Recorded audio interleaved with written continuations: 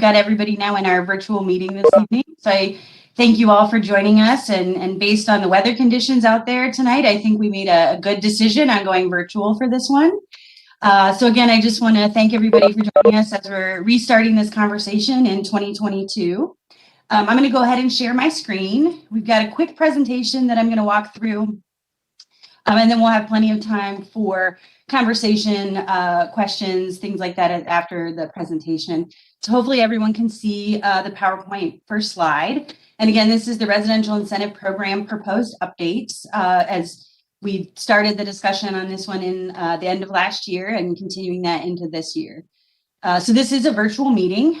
We have set it up on this WebEx platform. Like I said, I'm going to do a short presentation of where we are with the proposed policy updates. For those of you that may have joined us last year at the meetings, we are going to present the same content at this meeting. We have not made any changes to the proposal at this time. We are continuing to accept feedback on what we proposed last year. So you will see content that matches what you saw last year. But again, just soliciting additional feedback.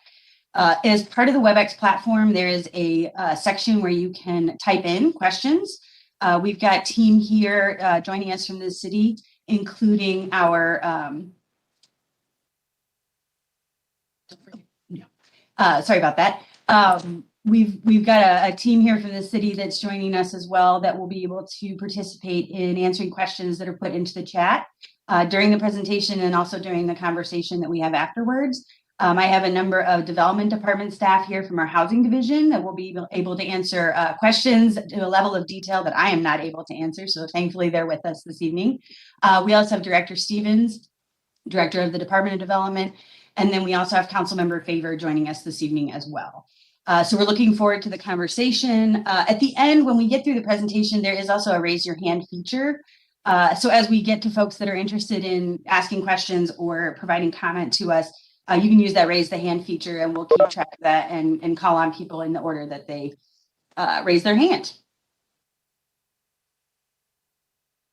So just a quick kind of level set on the residential incentive tax program that we have here in the city of Columbus. And just as we look at what the abatement, the tax incentive abatement applies to, it applies to the improvements that are made to a property and that are residential. The pre-development taxable value remains on the tax roll, and the abated value is what is built on or improved on the property. That is therefore, that abatement is on the property for years 0 through 15. After year 15, the taxable value returns to full on the tax roll. So it is a temporary condition as part of that incentive program. The way the incentive program was originally utilized was really about incentivizing development in neighborhoods where we weren't seeing residential development occur. And it was really where we had expenditures on the construction side that exceeded what the developer was going to capture in income. So therefore the project wasn't financially viable and we weren't seeing that investment made in those communities. So the residential tax incentive program allows that abatement to fill that gap and create a viable project for a residential developer so that we see increased residential development in our community. But we all know in the last couple of years, things have changed a great deal in Columbus. We've certainly seen a very big population growth in the last 10 years, and we've certainly seen a lot of our neighborhoods improve over the years. And we've seen some of our Columbus neighborhoods have market rents have increased, and it allows the opportunity for the value of that abatement not only to fill what remains of the gap in that project, but it allows for some additional value that we were able to look at in 2018 and determine how to capture additional public benefit for that additional value of the tax abatement. And that was true in some neighborhoods. So in 2018, the city really took a look at the incentive program and really wanted to ask a few particular questions. How effective have the incentives been in supporting the neighborhood revitalization, the really kind of primary goal of the program? And then how can Columbus support inclusive growth in those neighborhoods using this incentive program? So again, capturing that additional public benefit, what is the opportunity that we had in 2018, given the changing conditions in the neighborhoods?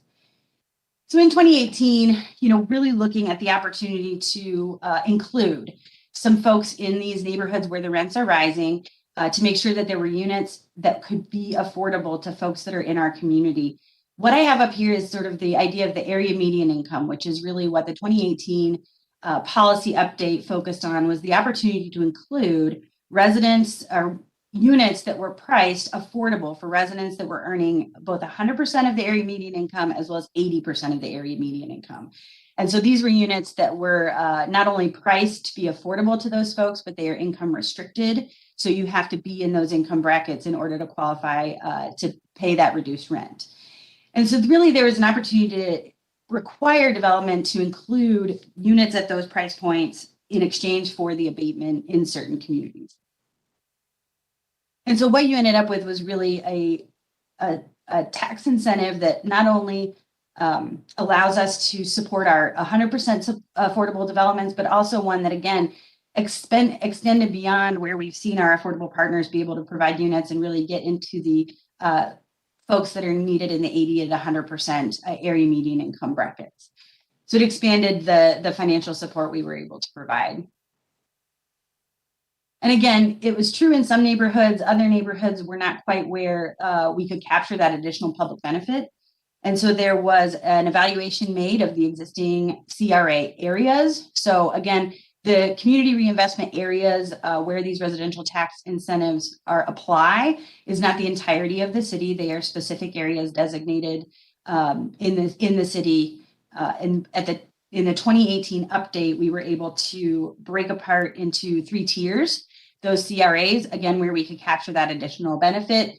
The neighborhoods that were identified as market ready, which you would find the Short North would be in that category, was the highest category, and then ready for revitalization, where we were seeing some opportunity to capture affordability into those developments. And then we had ready for opportunities, and those neighborhoods are at a point now where we are not able to capture that additional public benefit, but the incentive is important in allowing residential investment to occur in those neighborhoods. In 2018, Council included the requirement that the policy be reviewed every 3 years. So now we got to the point in 2021 where we were 3 years from that 2018 update. And so we were in the development department taking a look at the residential tax incentive and asked a couple of questions based on the changes between 2018 and 2021. How have the markets changed? So each of those CRA areas, again, as we know, Columbus is changing rapidly. And we are seeing a lot of movement in our communities and wanting to understand where we were from a market standpoint in the changes between 2018 and 2021. And then we also wanted to understand how the policy performed. It was a living, breathing policy for the last 3 years, and we were able to take a look at kind of what the impacts were. And to some degree, I mean, it's a short timeline, but certainly wanted to take a look at how it performed as well. And so the development department in the spring of 21 engaged a company called Vote Strategic Insights, and they were asked to evaluate, again, really where those market rents were in our communities, as well as where construction costs were. And we refer to that as a gap analysis, right? So we were really looking back, thinking about that first slide where I showed the gap and where the value of that abatement is able to fill.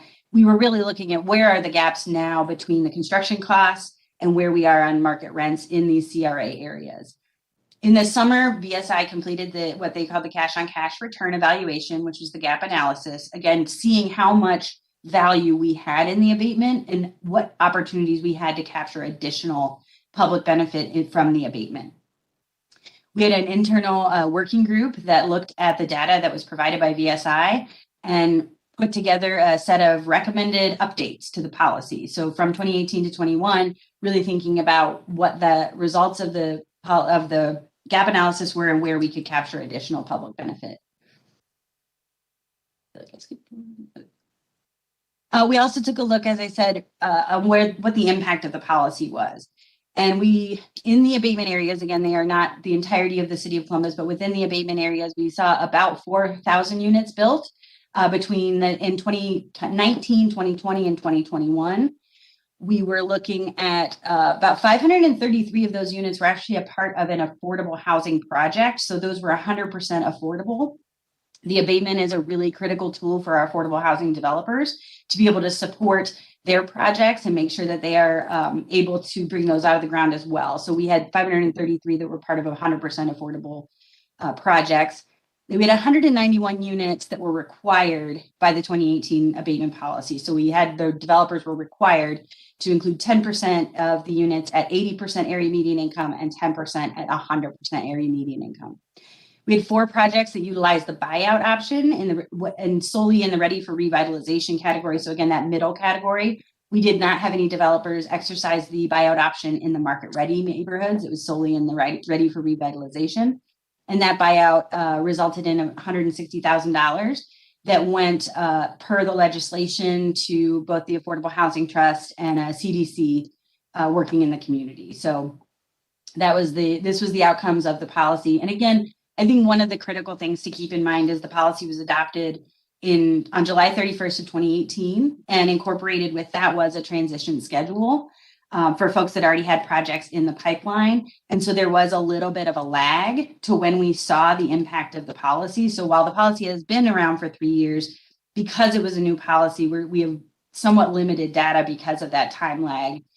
So we definitely saw a little bit more activity in the 21 year than we did say in 2019. So we created a proposal that we thought would capture that additional public benefit, address some of the issues that we saw as we evaluated the policy, as it's been a living, breathing policy over the last 3 years. And we were able to bring out to the community at several community meetings. Right now, you are at January 27th. You are at community meeting number 4. Councilmember Favor also held a city council hearing in December to solicit feedback. So we've just continued to present the proposal as we've got it and collect feedback from our community members and stakeholders. And now for the meat of why you guys came here this evening. And I just want to talk through very quickly. This is the 2021, again, proposed updates. And this is the Development Department's proposal that we're seeking your feedback on this evening and in continued community conversations. And what I've done is a side-by-side of the 2018 policy, which is currently in effect, and then where we've proposed for changes in the 2021. I'm going to walk through each of the separate CRA geographies. If you guys are interested in looking further at this, we do have a fact sheet that is on the Development Department website. It includes all of this information, including the side-by-side, so you can take a more specific look at any of the contents of it. I will run through it relatively quickly. But the 2018 policy, again, required in exchange for that 15-year abatement was the inclusion of 10% of the units at 80% area median income and 10% at 100%. We are looking to update that, really looking to require either deeper or wider affordability in exchange for the abatement.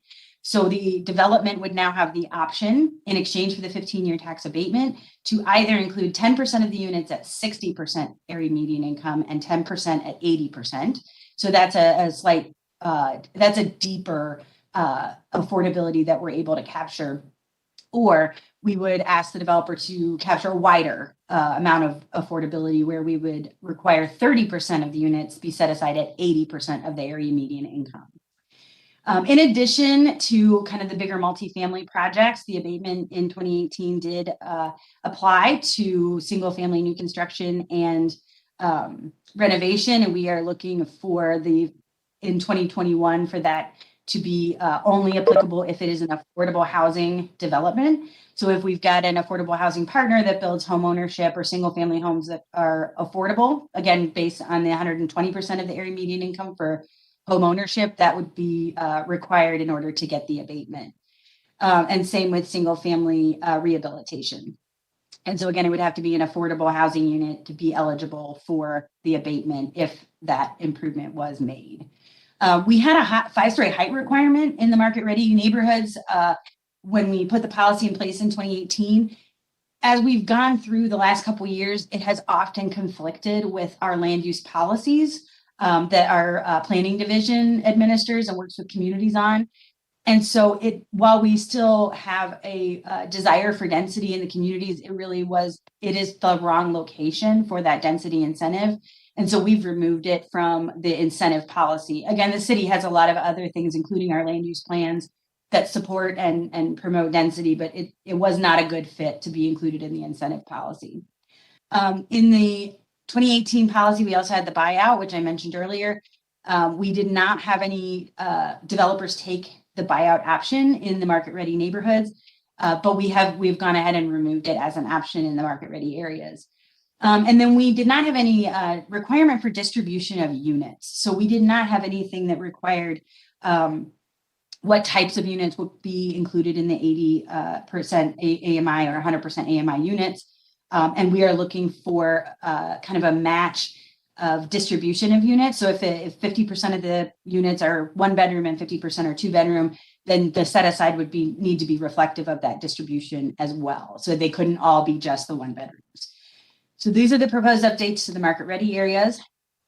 For ready for revitalization, very similar update recommendations, really looking again at the deeper and wider opportunities for our multifamily projects that we could capture, again, requiring the developer to include 60 and 80% area median income or 30% of the units at 80% AMI in exchange for the tax abatement.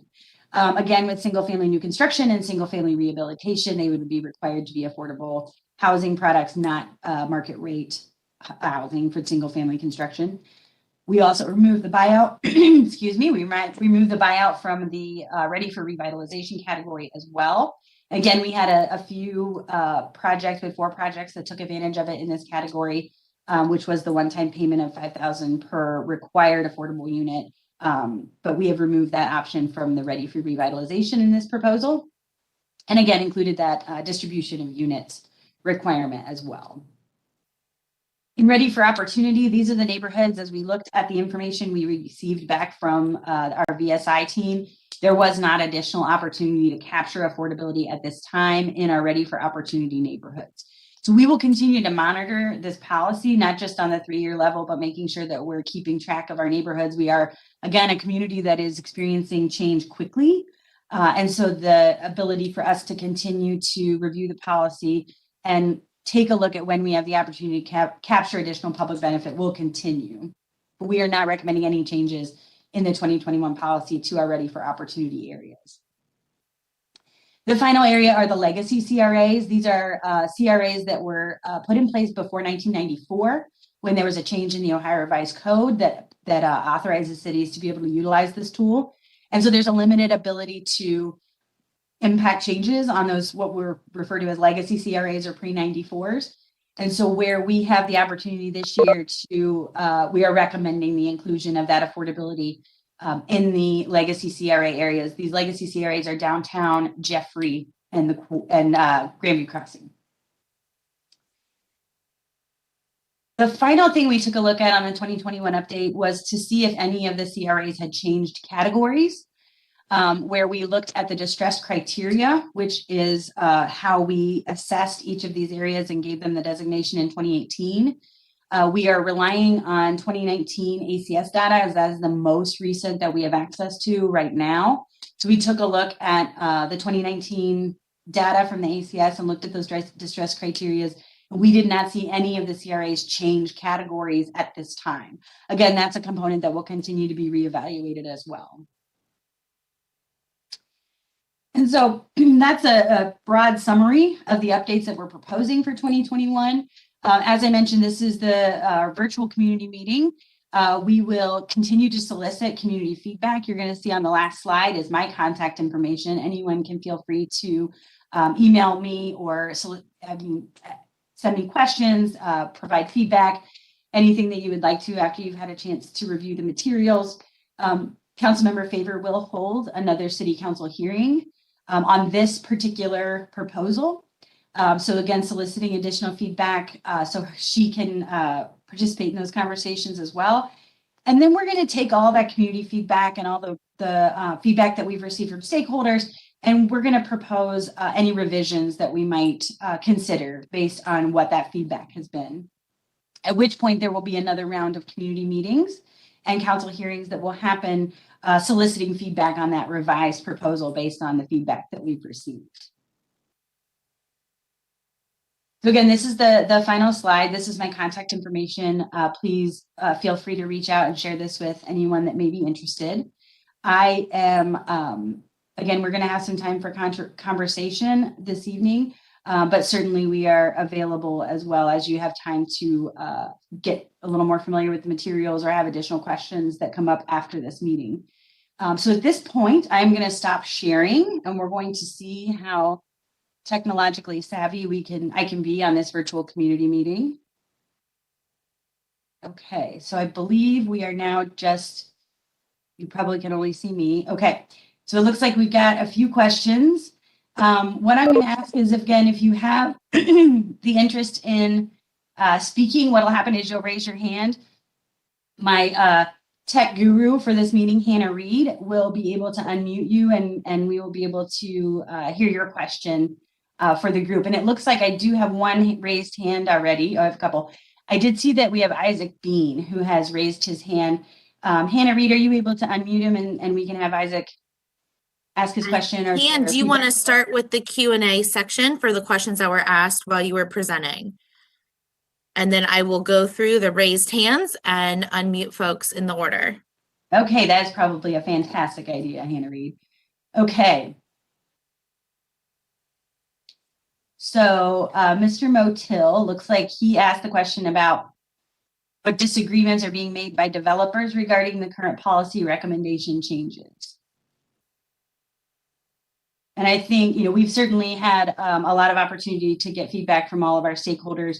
And I think they've certainly provided some feedback to us about where, that value is and how much can be captured in the provision of the tax abatement. So that's something that we have certainly heard from them as they've had their feedback back to us as well. And then Mr. Motil also asked, has there been any further consideration to adding set-aside requirements in the Franklinton CRA or splitting the Franklinton CRA into East and West CRA?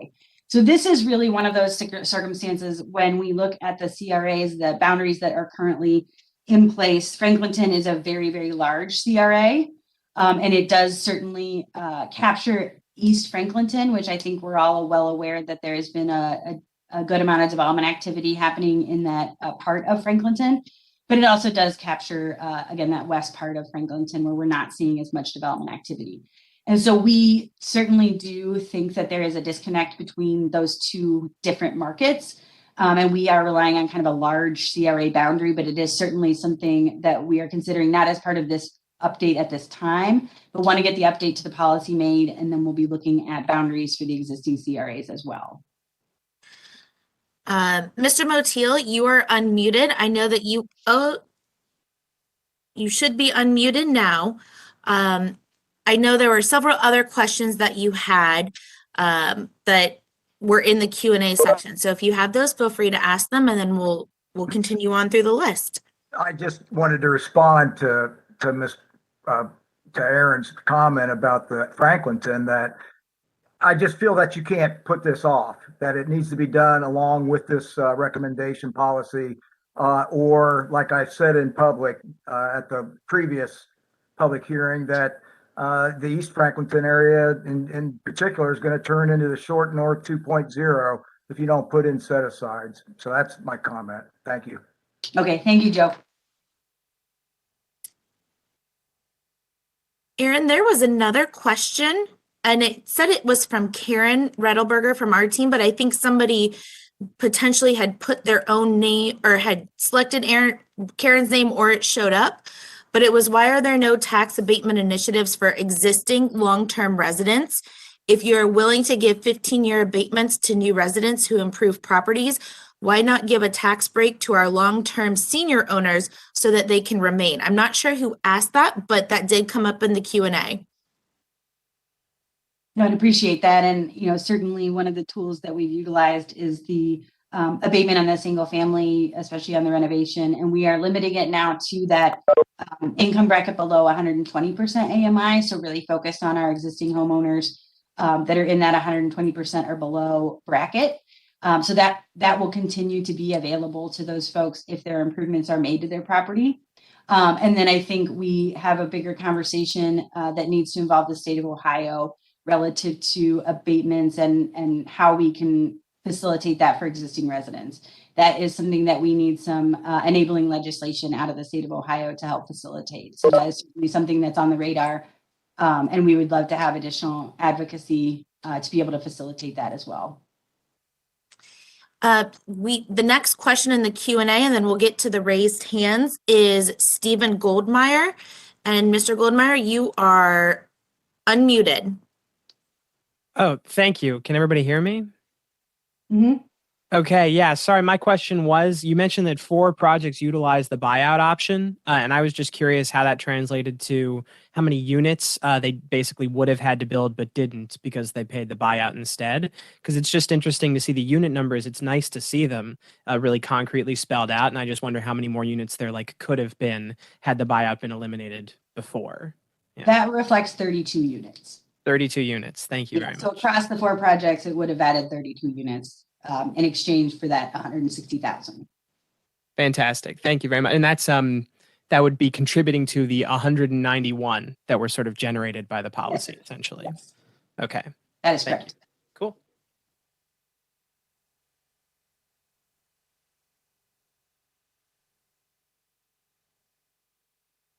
I can go on. Looks like we've got another question from Mr. Motil about sorry, Hannah, go ahead. We're going to raise, I was muted I'm myself. sorry. Go ahead, We're going to raise hands.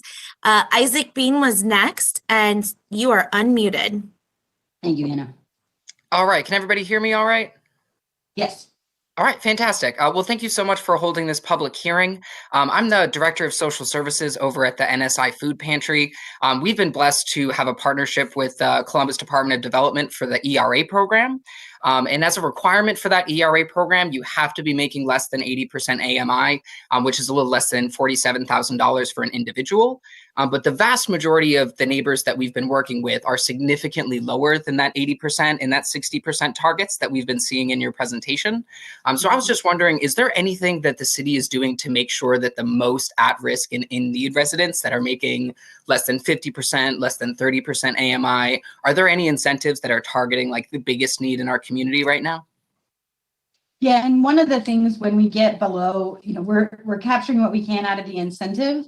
But as we look at folks that are earning below, especially the 50% level, it's going to take more than incentives, and it really takes direct subsidy to facilitate those projects. And one of the ways that we've been able to in the last several years contribute to the construction of about 1,300 units of affordable housing that would again be below that 80% AMI level in these 100% affordable projects is through the Affordable Housing Bond that the Columbus voters approved in 2019. That was a $50 million housing bond. We were able to leverage those funds with other affordable housing funding that again resulted in about 1,300 units that again serve the folks that you're talking about.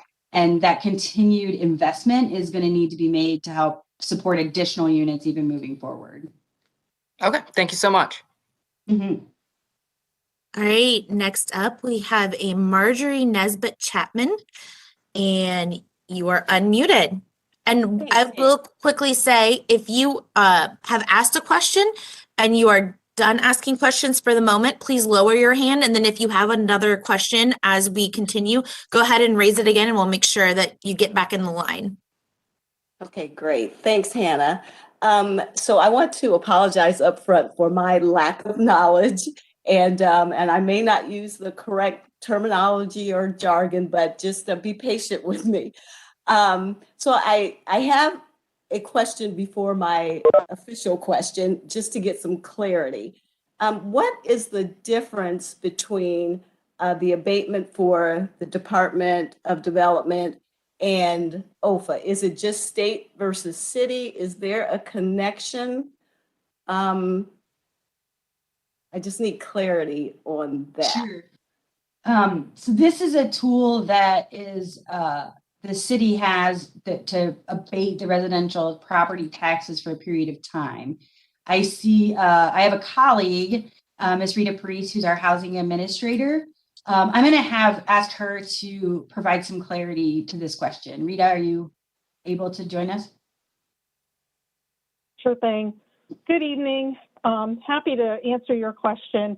So OFA stands for the Ohio Housing Finance Agency. I actually used to work there before I worked for the city. It is an instrumentality of the state of Ohio. So the folks that work at OFA work for the state of Ohio. The city of Columbus and the work that we do is obviously governed by city government. Now, the residential tax abatement statutes are actually state statutes. They are administered by the Ohio Department of Development. OFA actually does not participate in that work at all. So does that help clarify what you're looking for? It does a little bit. So I'm not sure that if my question, I'm going to ask my question, but I don't know if it pertains to the City Department of Development or not.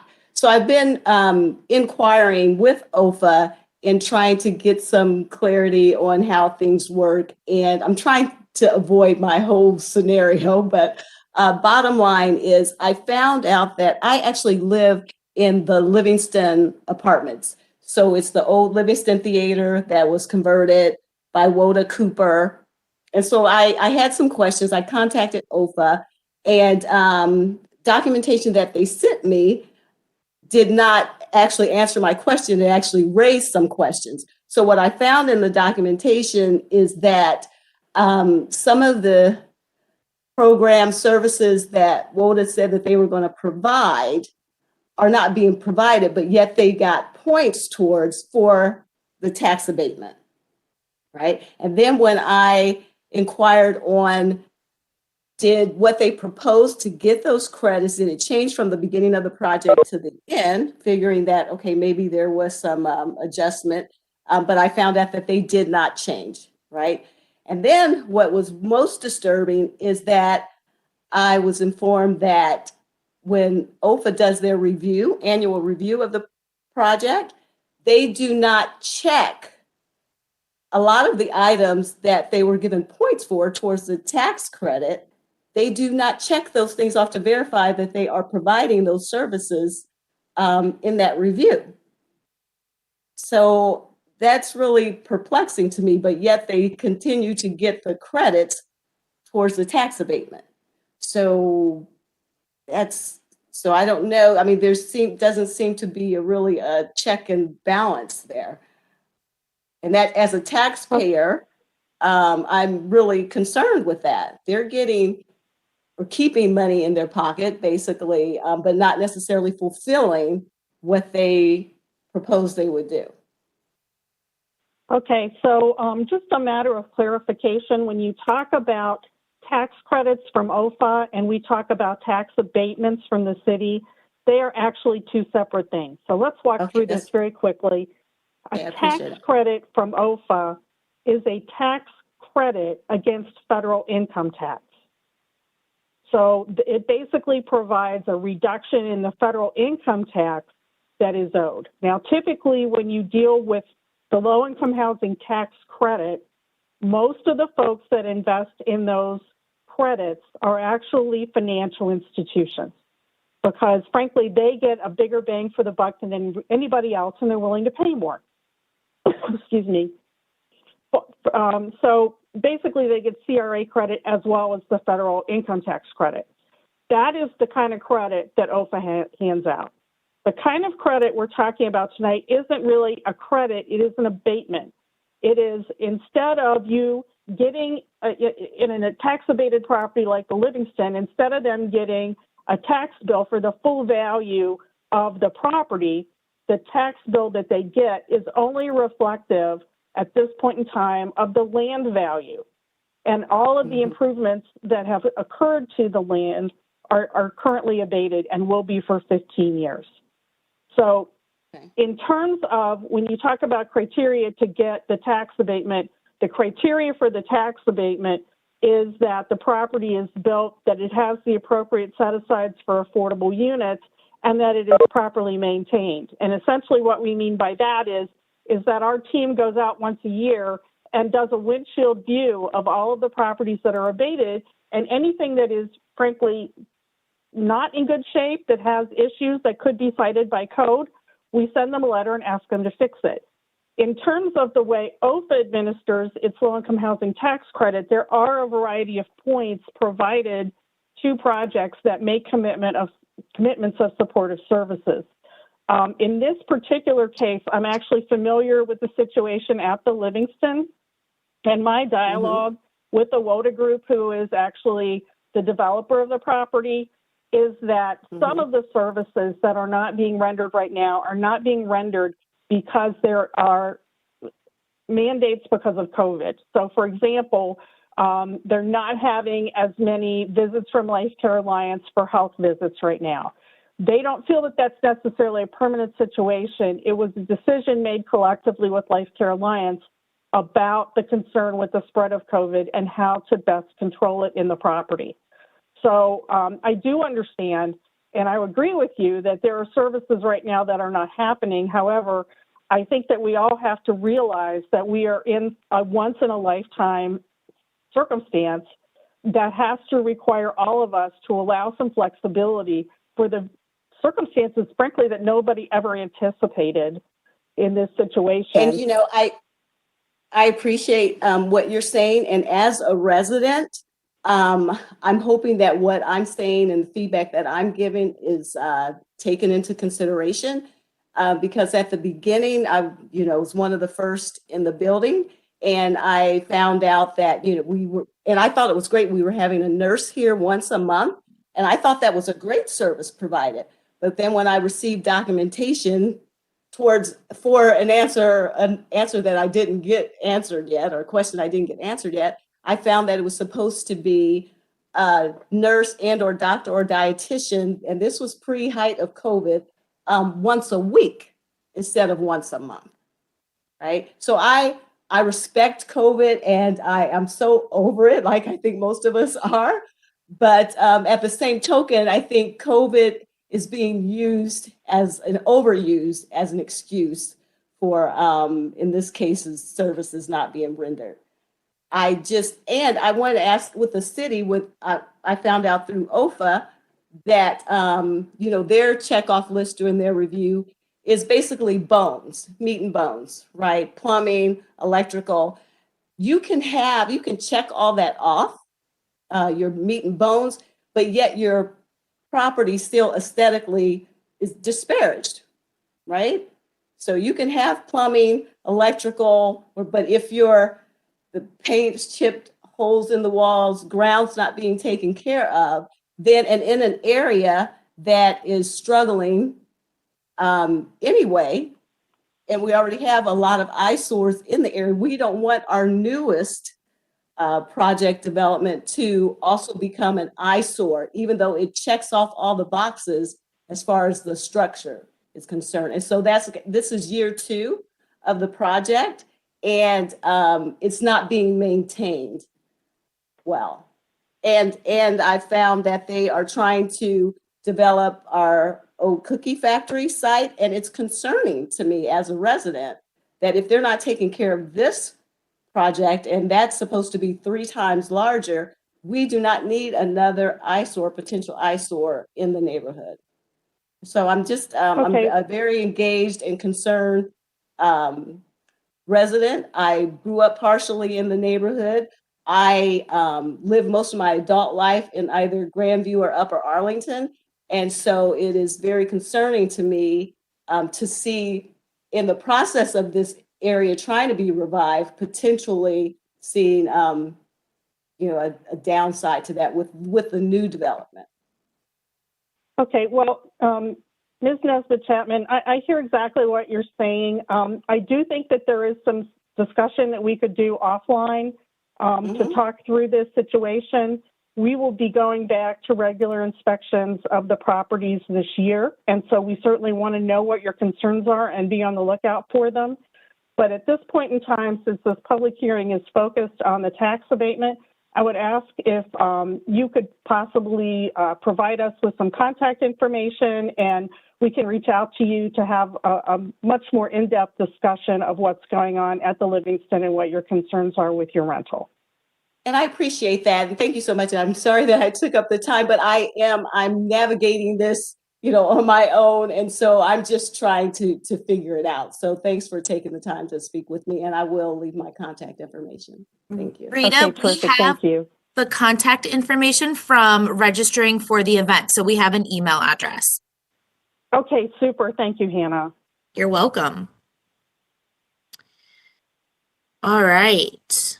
Our next question, it came in the actual question section, but it was from a Tamika Thornton. If you want to ask it out loud, you are unmuted. Good evening. I sit Greater Southeast Area Commission, and so we're privy to seeing a lot of variances and requests for, properties to be revitalized. And so I just had a question about the incentives coming this way, because I am starting to learn that this area has a lot of lower income individuals who are starting to be pushed out, of apartments that, maybe was $550, $600 last year, that now these landlords are saying that they going up $800, $900. And, we're hearing it from, the community. Where am I going to live? What's going to happen to me? So I just would like to know, is there any opportunities that you all are going to start looking to come this way? Because it appears that there is a lot of current landlords that are changing, but then there's a lot of new landlords or new builders coming on the scene, but there isn't any incentive for lower income people to have options. Thank you, Tamika. I think that's a good point.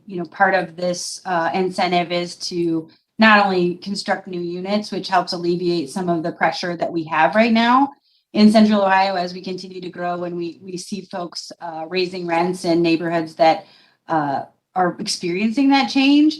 And where we are right now with expanding CRAs is we are holding that conversation until we are through this update process. But I will certainly make a note of this conversation, and certainly something we can continue to talk about for the Southeast area as well. Thank you. Thank you.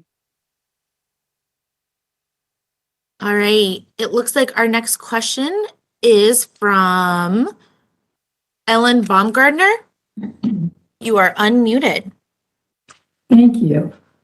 My name is Ellen Baumgartner, and I'm here representing the BREAD organization.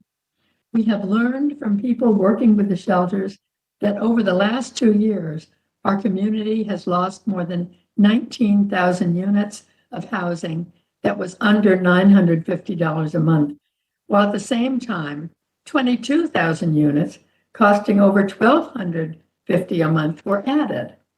We are glad that the city is reviewing the tax abatement policy as a way to increase the amount of affordable housing in our community. We recognize that this is only one method for adding housing for families with incomes under $50,000.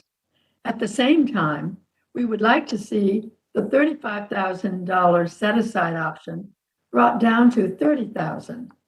That could help create housing for thousands of childcare workers, restaurant workers, and adults with disabilities, and many other families who make around $30,000 a year. We understand that this is challenging for developers. We keep hearing that you have to get the numbers to work. What would it take to bring this set aside down to $30,000, closer to 50% of the area median income, and utilize American Rescue dollars to help make this happen? Thank you.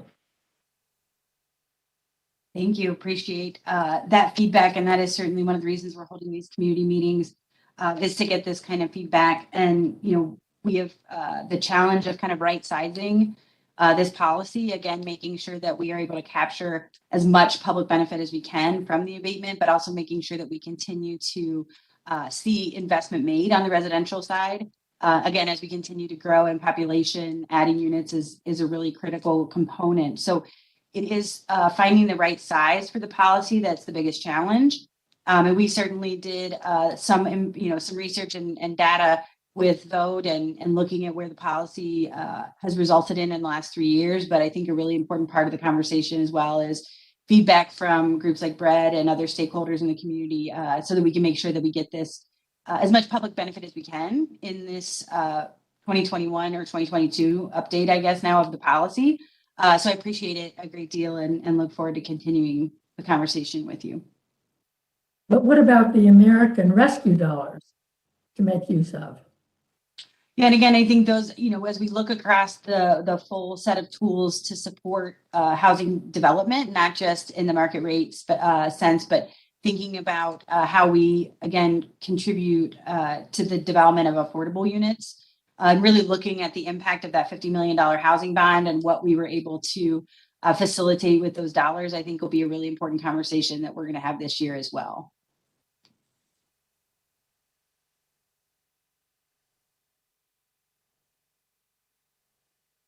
All right.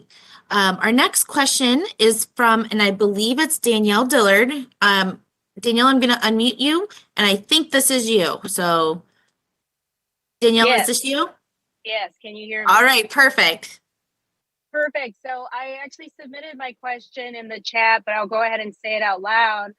My name is Danielle Dillard. I live in the Driving Park neighborhood, part of the Livingston Avenue corridor. So I live right near Marjorie, who spoke earlier. My question here is, why is the city not in trying to incentivize these developers to build these affordable units in higher income areas?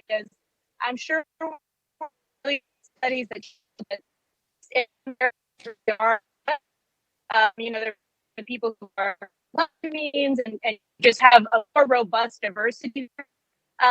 You know, on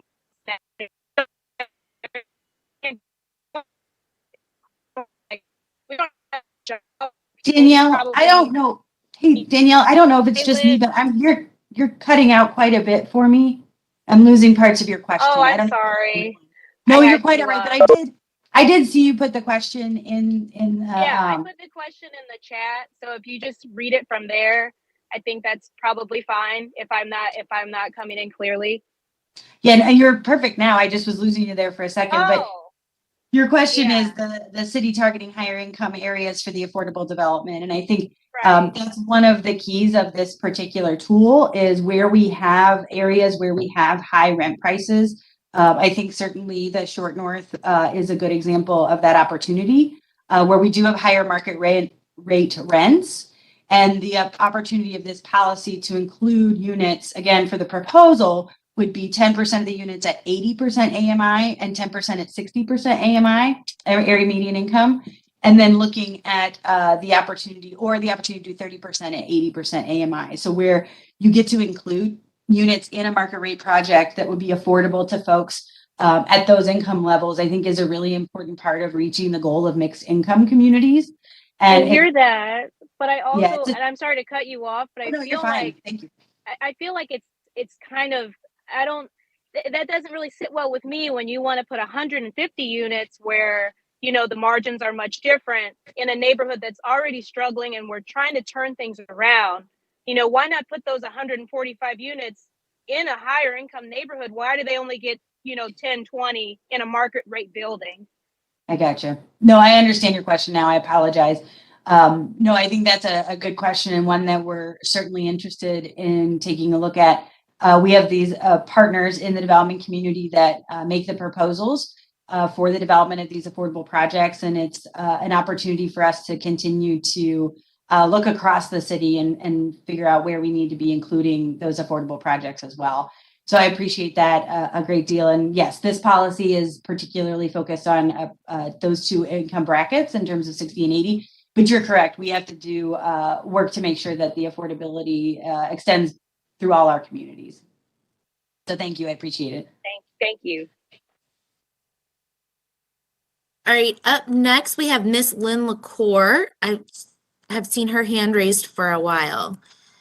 I'm sorry. Lynn? I was trying to lower my hand. So okay, sorry. No question, Lynn. All right, then we're going to move on.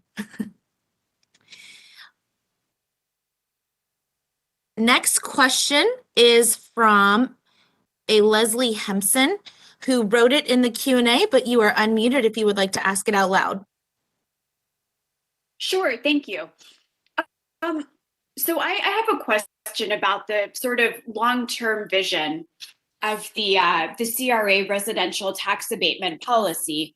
I mean, of course, these abatements and the affordable housing units that go along with them expire after 15 years, after which point the property owner can raise rent to whatever level they like. And so I'm curious about what your plan is, for what will happen to low income residents who are displaced from their home after that 15-year period. Is the plan that they will simply find a new tax abated property to live in? I think that's a good question. I think it's certainly one of the limitations of this as a tool, because we have a period where we can require that affordability during the abatement period. There are certainly ways in which we'll be looking longer term about how, again, we really lean into mixed income communities and making sure that there are affordable options. Again, this is one of the tools that is available to us, but one of its limitations certainly is the time. And so I'm looking forward to continuing that part of the conversation in a broader set of tools as well. So yes, I agree with you on the limitation, but it is a bigger conversation that we're going to get to have this year as well. All right. Up next, we have Miss Carly Booz. Carly, you are unmuted. Thanks. I hope you can hear me. So I'm Carly. I'm here with the Affordable Housing Alliance. I think most of you guys are kind of familiar with what we do, but for those who might not, we were really formed with the mission of cutting the affordable housing gap in half by 2027. And 3-4 years ago when we started out, that was an ambitious goal, but it was feasible. And, here we are a couple of years later and COVID-19 has hit and we've definitely seen those housing needs spike. But, that is still an ambitious but incredibly feasible goal. I feel wholeheartedly that in this community with this team we have moving forward, we can absolutely achieve that. And in fact, I would probably argue that we have more momentum and more resources under our control now than ever before, which puts that, potentially closer to reach. But this is a certainly critical time. And unless we use every tool that's at our disposal, we are never going to get there. So I think it was kind of with that in mind that I wanted to speak tonight and just kind of share, the Alliance's support for abatement policies. This is an important tool in our toolbox, and we really need to be able to maximize it. One of the things that kind of influences there is because we know that this crisis, the fact that we do have 54,000 households that are paying more than half their income towards housing, is fueled in large part by the fact that we just don't have enough houses, that we don't have enough inventory, we don't have enough housing stock, and the abatement is a proven tool to address that. We know that wages are going up, and that's wonderful, but at the same time, we are seeing that the cost of housing is going up 2-3 times faster, especially in Columbus, and especially in the greater Franklin County region.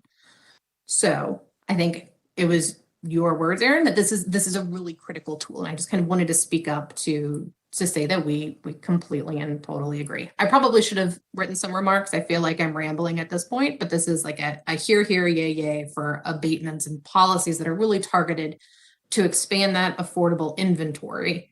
And I guess we're thankful for this conversation. I also agree entirely that abatement policies, they come with economic constraints, right? They have a value to them. They are only able to buy so much affordability. That's why we have to look at them in the bigger context, and we have to see it as one tool when there are a lot of other tools that we need to be activating as well. And that independence is really important. So I think, especially now that those affordable housing bonds have been exhausted and we don't have those capital resources for new projects moving forward and for new ideas, it's important to look at what other resources are at our immediate disposal, and we can bring those to bear to really complement an abatement policy. And I think about that as well a lot now too in the context of COVID-19, because we have seen that housing has been such a powerful driver of pulling us out of economic slumps. It was the thing that got us out of the Great Recession. It was the thing that got us out of the Great Depression. It's something that we know can be incredibly powerful, and not just kind of to help us build back COVID-19, but to gain ground in this fight. So I am going to stop rambling. Just wanted to say thank you.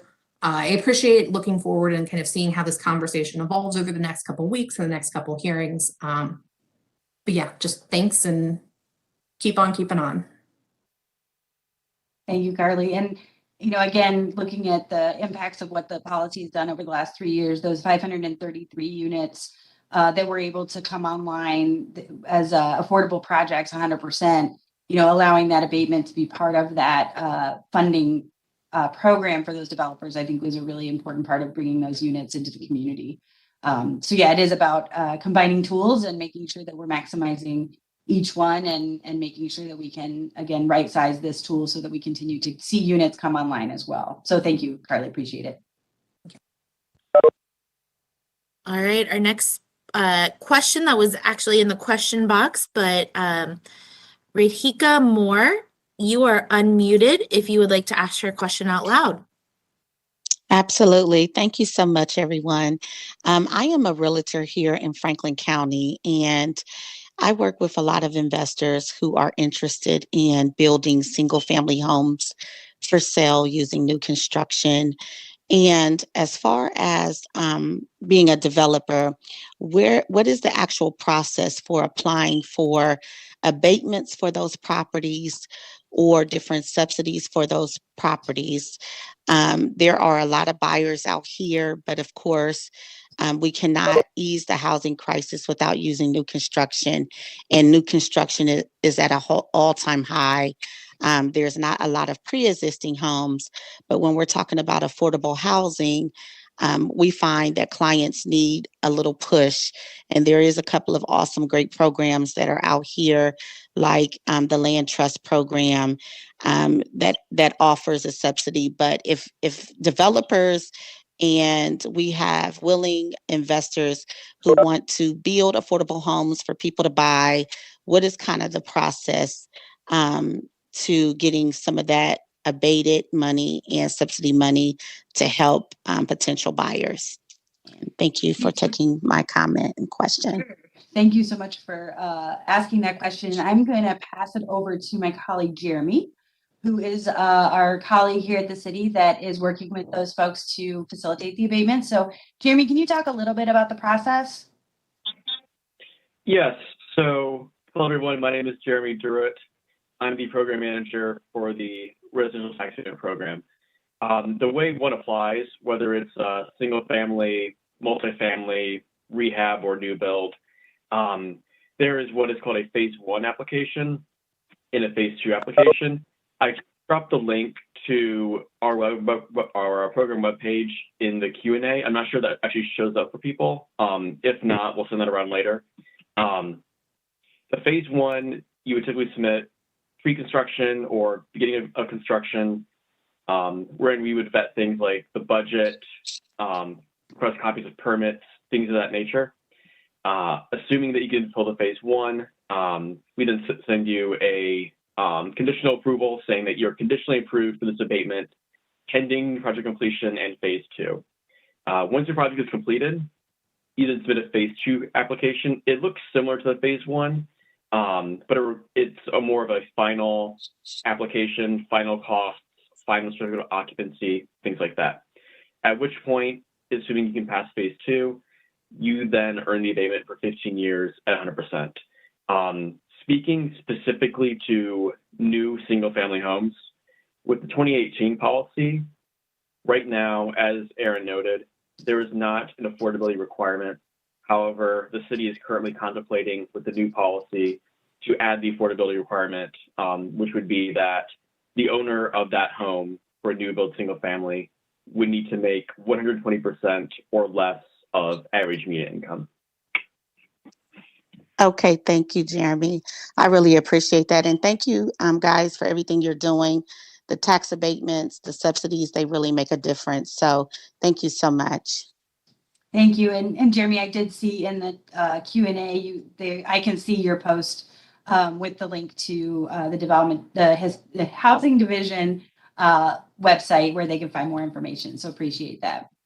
Thank you. And if you're a new developer, new realtor in the community, we're always happy to meet with you and kind of talk you through the process, talk about the program. So Jeremy's contact information and the general housing contact information is right there. Right now, it should actually be on the homepage with all of our abatement updates. So phone numbers and contacts are there too, and we're always happy to have additional conversations. All right, thank you. All right. Our next question is from Kathleen Fox. It came in the Q&A, but Kathleen, you are unmuted if you would like to ask it out loud. Oh. I just wanted to follow up on a question that was asked earlier and just emphasize the importance of really targeting our investments in affordable housing with the City of Columbus investments that are being made, including the tax abatements, which are investments as well. So I wanted to call everyone's attention to an economist, George Galster, and his book, Making Our Neighborhoods, Making Ourselves. He has, that book was published by Wayne State University, and it goes into detail about the economically optimal way to add affordable housing.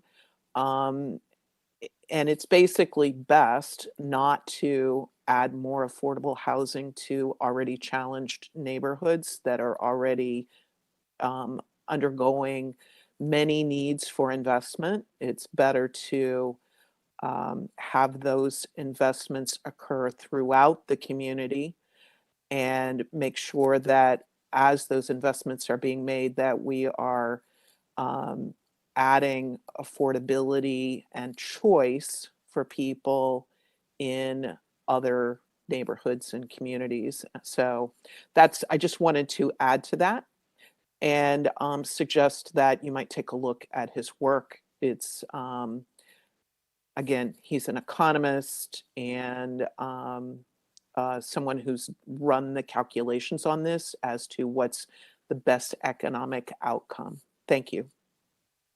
Thank you, Kathy. And it's certainly a priority for the city to have folks be able to choose the neighborhoods they live in, regardless of what their income level is. So this is a longer conversation that we're going to get to have about how we do support and create mixed income communities in Central Ohio. So I'm looking forward to continuing that conversation, and I will certainly take a look at that book. Thank you.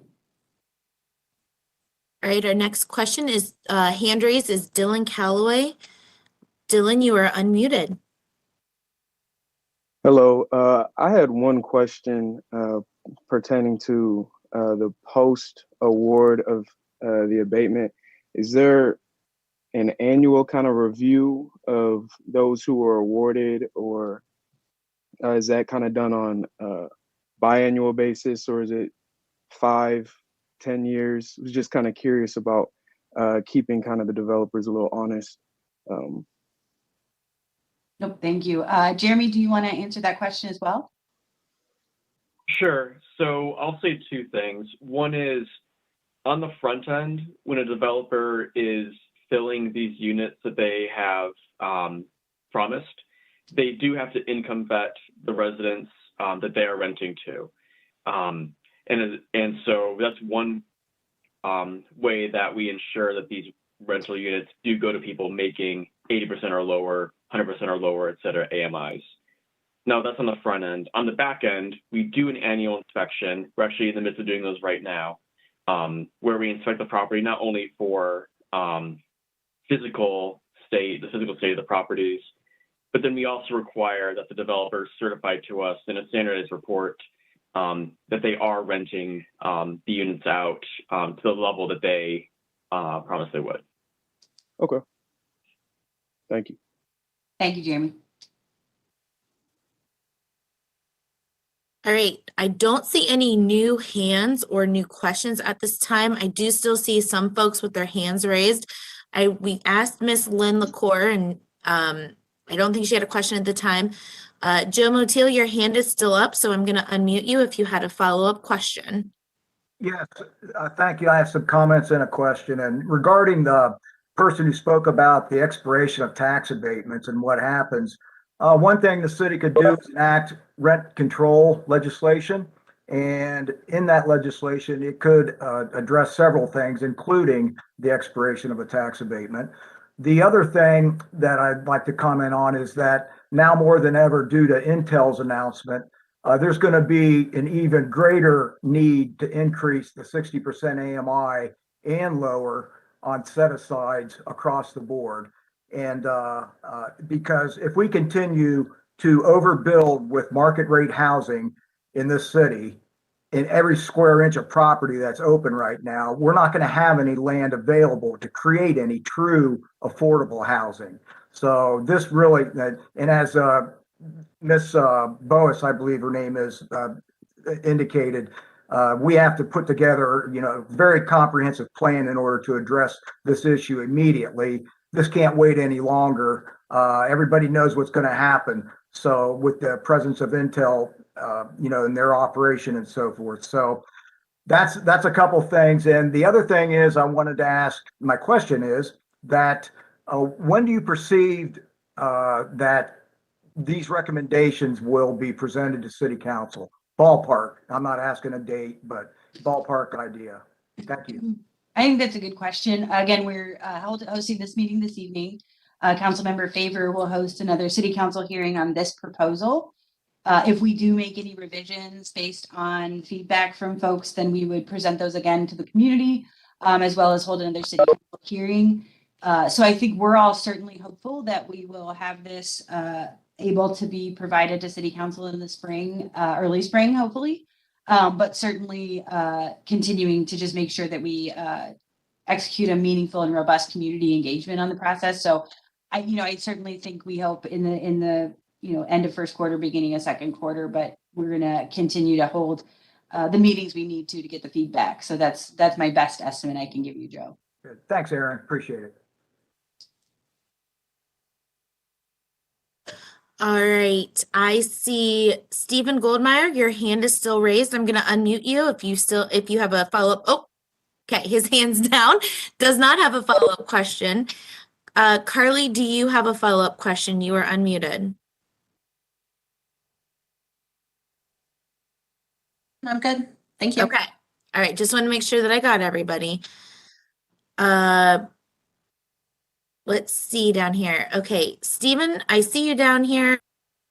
I'm going to unmute you again if you have another question. Yeah, sorry about that. You are unmuted. Thank you. I was putting my hand back down because I thought I was about to be called on. I'm sorry about that. The confusion. No problem. I appreciate it. So I've also really appreciated the chance to really have a voice in this process and get involved in the process a little bit more. It's something that's new to me, and I think we're all learning how to do it the right way and trying to, where we can, push to be involved where we can. I guess my question is mostly about, I'm excited that we see some good things in these changes, but we've heard a lot of discussion about that's a conversation for the future or what comes next after this. And I just was curious what the plan is for when those conversations are going to happen. I'm worried that it's going to be another moment where, I try to follow as best I can. I'm worried it's going to be another moment where it's like, this is coming to City Council next month and there are 3 hearings coming up. I would rather know way in advance how to have those conversations productively and in an ongoing way. So just curious when the conversations about what's the next step, what comes after tax abatements. I really would want to have those productive conversations sooner rather than later and get an idea of how and when that'll happen. Yes, and we're gearing up in a lot of ways. I joined the city in last summer in the newly created position of Assistant Director for Housing Strategies because the mayor and city council really wanted to be able to look strategically at the housing issues facing not just Columbus, but Central Ohio, right? This is a regional issue and one that is complicated in a lot of ways, but certainly there are tools that we can start to implement relatively rapidly, and really thinking about the ways we need to invest in affordable housing, the measures we can take, as we've heard from a lot of folks tonight, of preserving our existing affordability, where we have neighbors who are currently living in affordable units that are at risk, and how we can protect those folks. And then how we can make sure that we include everyone in the region's prosperity. Joe mentioned Intel's announcement last week and the investment that they're going to be making in the community. We need to be prepared to make sure that everyone is going to benefit from that growth and prosperity. So that is the job that I've been tasked with, and one that I'm certainly privileged to have. One of the other things that we are working on in the Department of Development is really around our engagement. And we also have a new colleague with us Jennifer Fenning, who is really going to be, again, taking a really strategic look at how we engage the community in these conversations.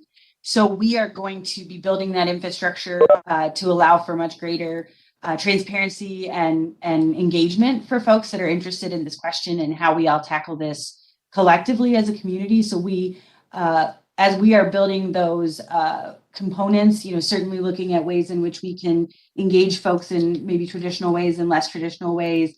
And I think we're also going to be building some contact lists. So as you participate in events like this one tonight, you'll be included in future notifications as we continue to reach out about housing issues as they come up over the next years, in the next coming years. So I think just engaging with us on process like this is really important, and we'll continue to build that network. And again, it's really going to take the collective action of our community coming together to address the needs that we have to build the infrastructure and the housing, specifically the housing infrastructure that we're going to need to be the city that we want to be moving forward, right? We are going to need to update our policies and procedures and the way we do business to make sure that we're building that housing infrastructure to support our community.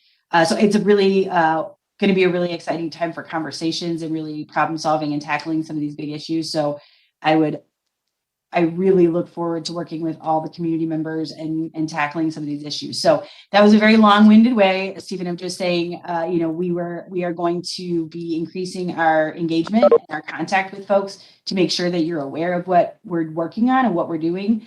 And then we'll just continue to be engaged with you guys and really rely on the help that the community can bring to make sure that we get solutions that address the issues facing the neighborhoods. I appreciate that a lot. If you're putting together an email list, just make sure I'm on it. Very excited to continue to be involved in every way we can. Really. Yeah, and I think, getting involved in meetings like this will get you on that distribution list. So those are ways in which we can continue to make sure that folks are engaged in other things that come up in the coming year. So appreciate it. Thank you. All right, our next raised hand is Miss Betty Janes. 1 second here. You are unmuted. Thank you. And thank you, Erin, for your very detailed follow-up question to my questions coming out of the December 7th hearing. And thank you, Councilmember Favor, for your advocacy for affordable housing. And I really do applaud and welcome the modest changes to this policy, but I still have concerns about the legacy and the market-ready CRAs. And I'm hoping that we're going to take an opportunity to look for more creative ways to address our crisis and be more mindful of the unintended consequences of some of the actions that we take. The CRA Act was passed to reverse urban blight and in the 70s, and it feels as if this valuable redevelopment tool is being used in areas where no one would classify it as distress. Easton is an example where there was a creative deal crafted to give the developer massive tax breaks in exchange for putting money in a development fund for affordable housing in Linden, which only served to keep Columbus more economically segregated. And there was a huge opportunity missed with Easton to create affordable housing near where retail workers, servers, and hotel line workers would actually live within walking distance of their jobs. More recently, the North Markets Hotel missed an opportunity to give their middle management staff an opportunity to live on site, basically within true walking distance. And in addition to having their affordable housing, they would have been given the opportunity for a car-free lifestyle, further enhancing their quality of life.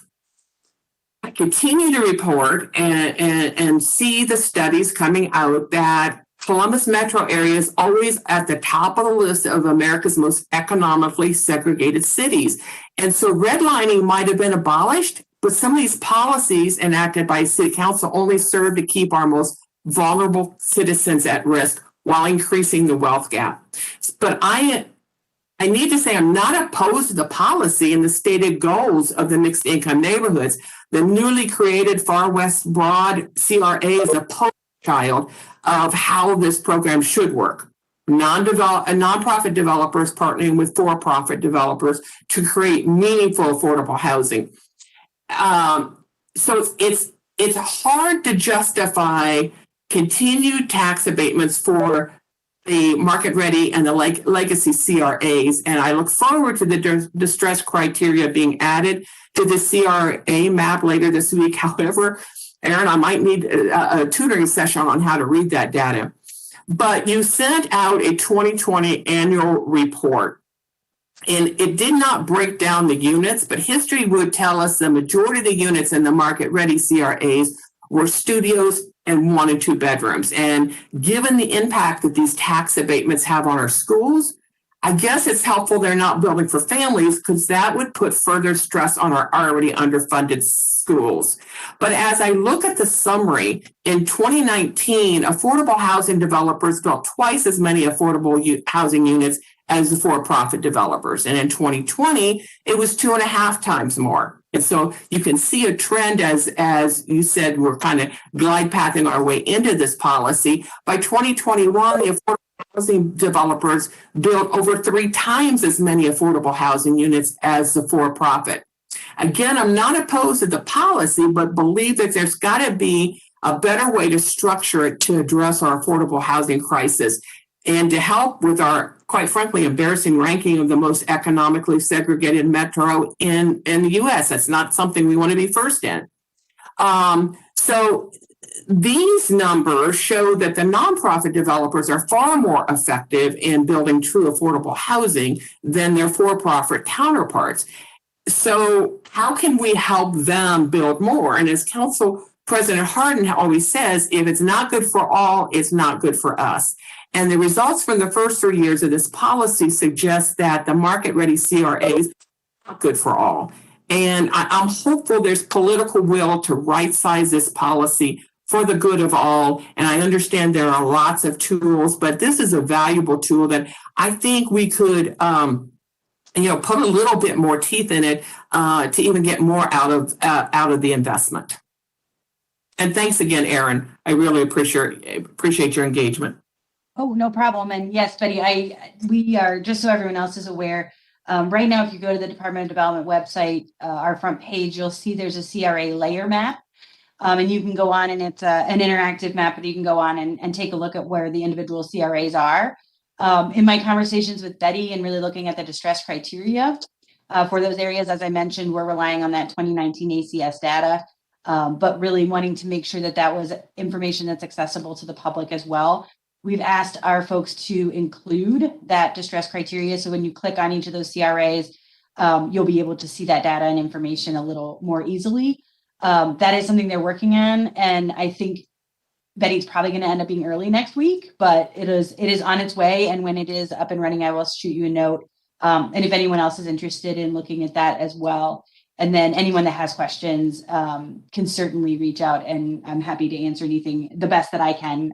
We may need to call in even deeper expertise depending on how we get there. But appreciate it, Betty, and appreciate your engagement and look forward to continuing this conversation with you. Thank you. All right, Jason Smith, you are up next with your raised hand. You are unmuted. Hi, everyone. So you're gonna have to cut me some slack. I'm a little bit out of practice on my governmental accounting, so I might name some stuff wrong here. But I am curious. You mentioned that for people living under the 80% AMI rate, actually it's 60% now with the new proposed changes, those things would have to be government subsidized. So first question is, if there's not a special fund or something set up for these government subsidized apartments, is there a plan to do that? And two, you mentioned that there was a grant of like $50 million, I believe, that was used to do that. Is there any discussions on getting back grants like that or doing even more? Because I would maybe make the argument that 50 million is not quite enough to build as much housing as we need. So those are the couple of things I'm curious about. Yeah, I appreciate that. And certainly, yes, there are tools to help facilitate those affordable units that are below what we can provide with this particular incentive. One of them is a program called Low Income Housing Tax Credit Program, and it's one that our affordable housing developers do rely on. There are different levels of value that those have depending on what they're trying to capture. And so where we're able to essentially fill those gaps as those folks are building their financing packages, The $50 million housing bond was an example of a way that we could do that. Since the 2019 voters approved that bond package, we really looked at about, I think it ended up being about 68% of the funding went to support those projects and to make sure that those units were brought online. And we ended up, again, leveraging that funding to create about 1,300 units with our affordable housing partners. And so certainly I think everyone recognizes that that was kind of an initial pool of funds that we could utilize, but it was very impactful, and we had the opportunity now to really see what that impact was. And so certainly something that I think we're interested in continuing if there was interest from the voters again. So we're definitely exploring that option. So yes, we are looking for ways to support those affordable housing projects as well. Awesome. Thank you.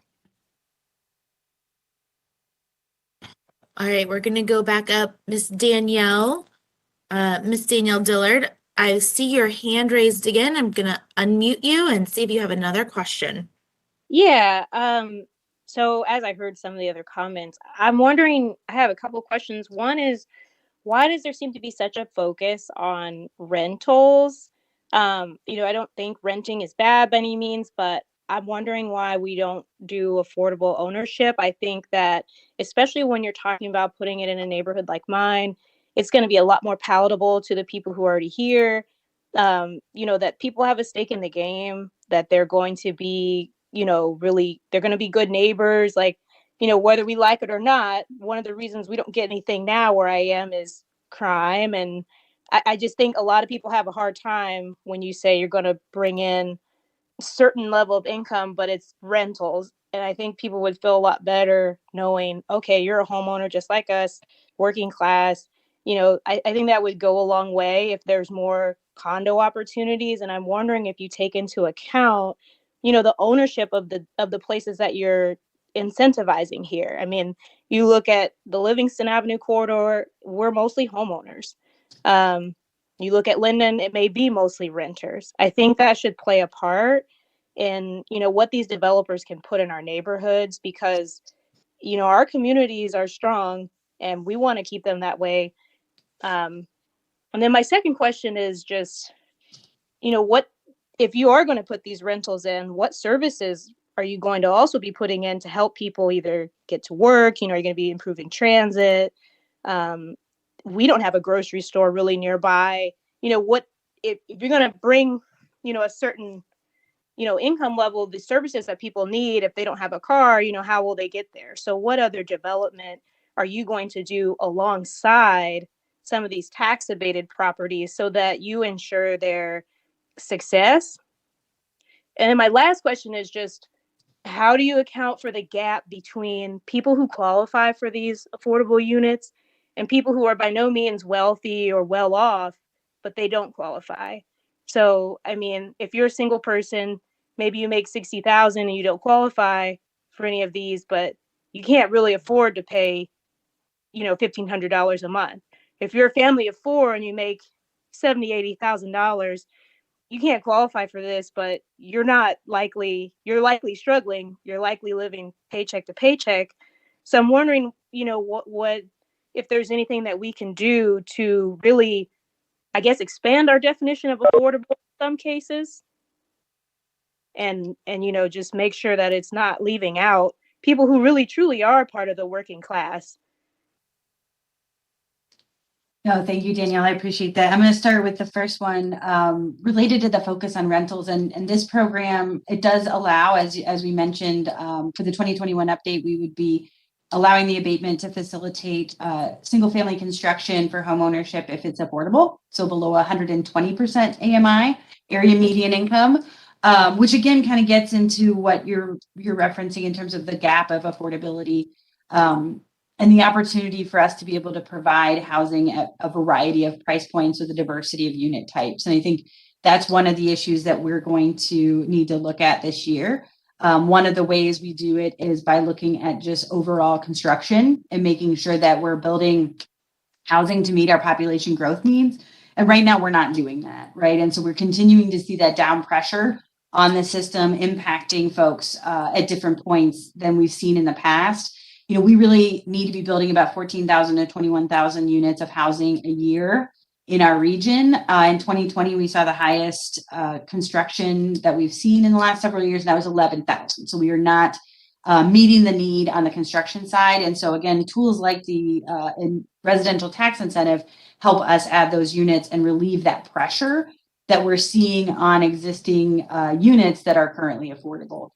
So I kind of jumped over your second question, but back to the first question very quickly. There is a program here in Central Ohio called the Central Ohio Community Land Trust. And they are very specifically focused on affordable home ownership and making sure that there's wealth building opportunities for folks at all income levels in our community. So they've done a lot of really wonderful work throughout the community and continue to build their portfolio and the opportunity to provide that affordable home ownership opportunity. So I would recommend looking up the Central Ohio Community Land Trust, COCLT, because that is really where they are focused on their energies and ways in which we can support that continued housing home ownership affordability.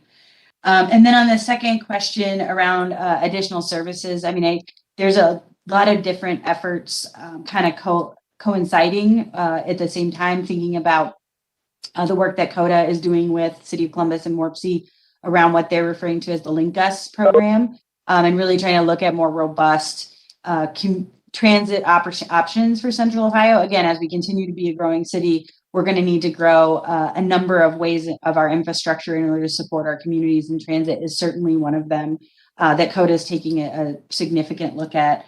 And so I think those are, we have the opportunity in Central Ohio to really proactively think about these issues as we're starting to look at a growing population in a way that some of our peer cities didn't take advantage of when they were at this point in their growth. And I think the ability for this, all of you to participate in a community conversation around residential tax incentives and all the other things that we're going to be talking about in the coming years, this is really where we're going to make the decisions about where we're going to end up as a city as we continue to experience that growth. So it's definitely an opportunity that we're taking head on, and hopefully, ahead of where our peer cities were, so we can avoid some of the consequences that they experienced when they were going through their growth. So I appreciate it. And again, I hope you will stay engaged with us in this conversation. As I mentioned, the folks that attended will be included in our mailing list for Development Department, and make sure that we are making you guys aware of continued conversations that we have. So appreciate you guys just engaging this evening.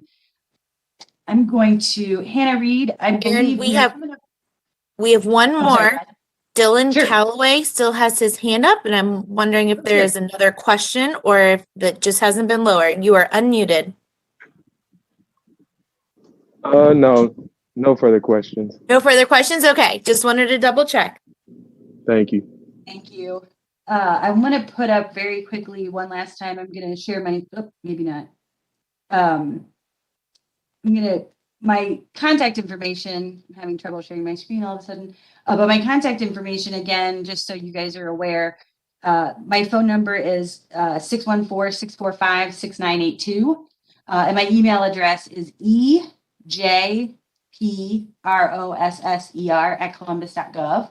If there are questions that you think of later or comments that you'd like to provide, please feel free to do by phone or by email.